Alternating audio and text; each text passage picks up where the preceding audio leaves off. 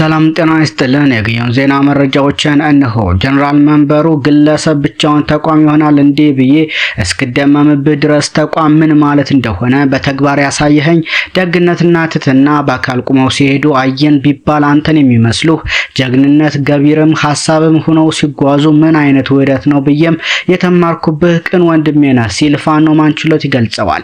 አላስተዋልኩም እንጂ አንተ አምላክ ጋር በድብቅ ተነጋግረህ የስቅለት ዕለት የተሰዋይ ቃል ብለኸኝ ነበረ። የተረዳው ዘግይቼ ነው።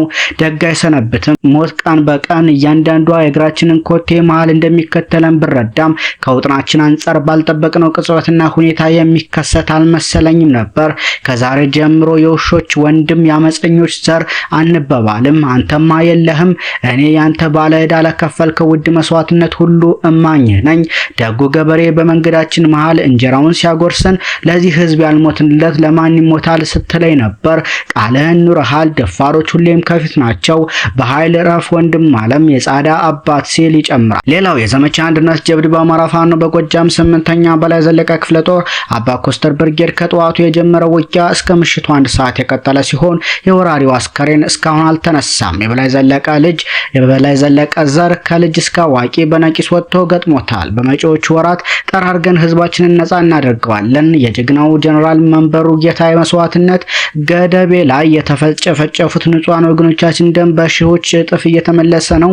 ድርጅታችንን መስርተን ይፋ ካደረግን በኋላ የክተትና ማርከት አጠቃ አዋጅ እናውጃለን። የጎጃም አማራ በሺህ ዓመት ውስጥ ያልተደረገ አዲስ ታሪክ ለመጻፍ ተዘጋጅቷል።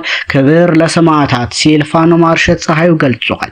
ይህ በእንዲህ እንዳለ ተጠናክሮ በቀጠለው ዘመቻ አንድነት የአማራ ፋኖ በወሎ ቤተ አማራ ንጉስ ሚካኤል ኮር በሶስት ግንባሮች ታላላቅ ጀብድ ፈጽሟል።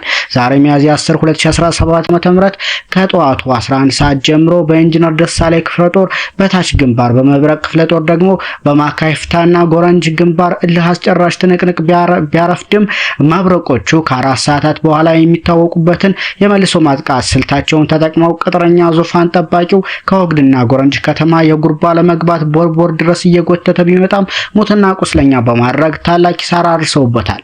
በተጋድሎ የዙፋን ጠባቂው ውጤት የደረሱ ልጅ ጩኸት ሆነ ነበልባሎቹ ምሳቸው ጎረንጅ ከተማ አደረጉ። ዙፋን ጠባቂውም ከሁለት ያጣ ሆኗል። ከቀኑ 9 ሰዓት ላይ በድሮን ቢታገዝም ዙፋን ጠባቂ ሰራዊቱ ውርደት እንጂ ድል አልቀናውም ነበር። አስክሬናቸው መውጫ አጥቷል። ቀሪውም በህይወት ከበባውን ሰብሮ አይወጣም። የመብረቅ ልጆች የርብርብ ላይ ናቸው። ጠላትም በሰው ህይወትና በቁስ ከባድ ኪሳራ ገጥሞታል ሲል የንጉስ ሚካኤል ኮር ቃል አቀባይ አርበኛ 50 አለቃ ሁሴን ኡመር ገልጿል። ሌላው ያረጋ ከበደ የ3 ወር የክተት ዘመቻ አዋጅ በማግስቱ በፋኖች የዘመቻ አንድነት ተቀልብሶ ያገዛዙ መዝገብ በየቀኑ ባለ 3 ዲጂት አስከሬን መዝገብ ከጀመረ ዛሬ 31 ቀናትን ይዟል።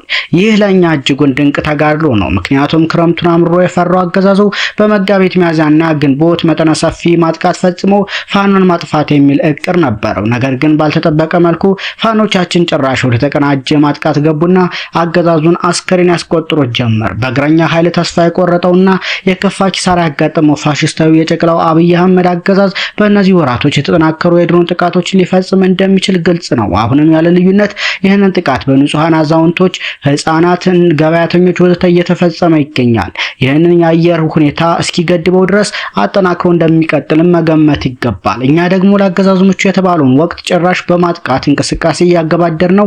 የኛ ወቅት እየገባልን ይገኛል። እስከዚያው ግን የድሮን ጥቃት መከላከል የሚያስችል እንቅስቃሴ መተግበር ግድ ይላል። ፋኖቻችን የአገዛዙን የደመነፍስ የድሮን ጥቃት ለመከላከል ማህበረሰባችንን ራሱ እንዲያነቁ ይጠበቃል።